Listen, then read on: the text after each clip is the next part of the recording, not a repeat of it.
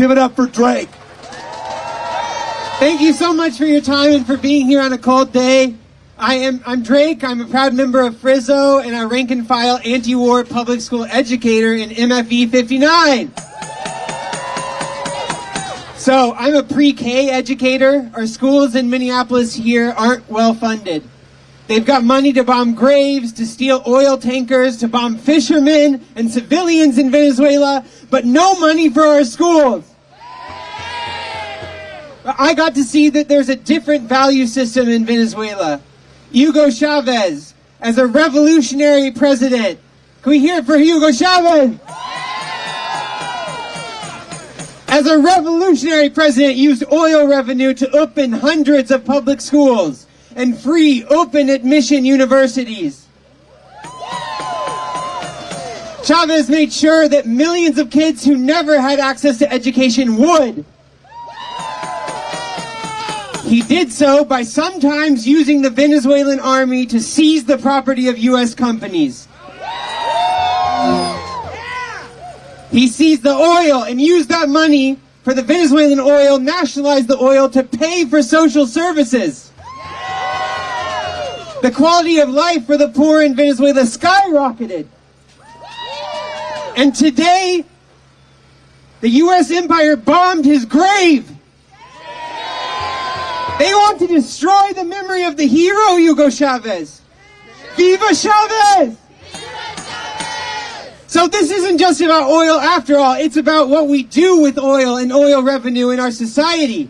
The U.S. wants that money to go straight to the wealthiest of Wall Street, while Maduro and Venezuela want the Venezuelan poor provided for in their own sovereign country. Stealing from the rich to give to the poor.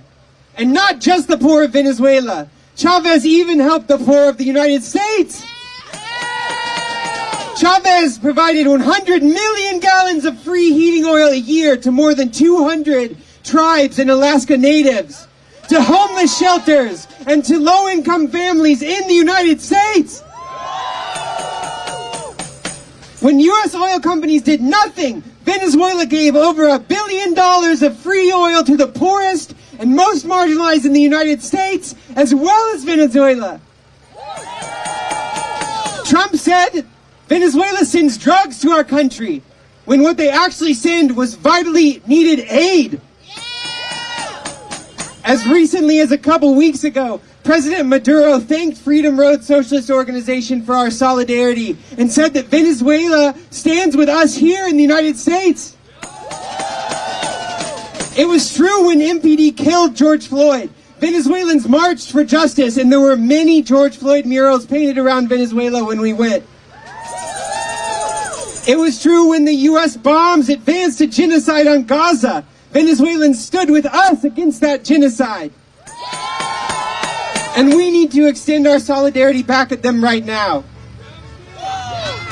I want to believe that now that the United States is bombing Venezuela, threatening an invasion and a second wave of attacks, talking about we will run the country, that each and every one of us will remember the lessons we learned in our lifetimes, the anti-war lessons of our lives.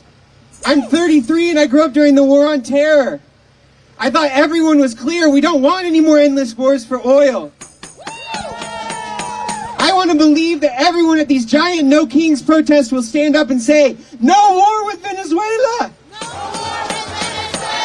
But we're going to have to explain this situation to people patiently. We're going to have to work hard and be in the streets alongside the proud Venezuelan people to stop this. It's a sad day when people are being bombed, but the people of Venezuela are not giving up, and we can't either. I want to say cheerfully that these are the most desperate and obviously evil actions of an empire in decline. We will live to see the death of U.S. imperialism in our lifetimes. I had the honor to sit with a woman in Caracas whose 5-year-old son died due to the U.S. blockade. He couldn't get the medicine he needed because of the blockade. I work with 5-year-olds every day. Some parents in Minneapolis are scared to take their kids to school right now. They're scared to go to the grocery stores or to the hospital right now because of ICE. 5-year-olds need patience and help to learn and play. They don't need to starve under ice, under blockades and sanctions. They don't need their schools bombed or stalked by racist freaks. No more 5-year-olds should suffer. Not here in Minneapolis, not in Iraq, not in Venezuela, not in Gaza or the West Bank. Nowhere. Down with Trump. Down with the Monroe Doctrine. Free President Maduro. Thank you so much for the time.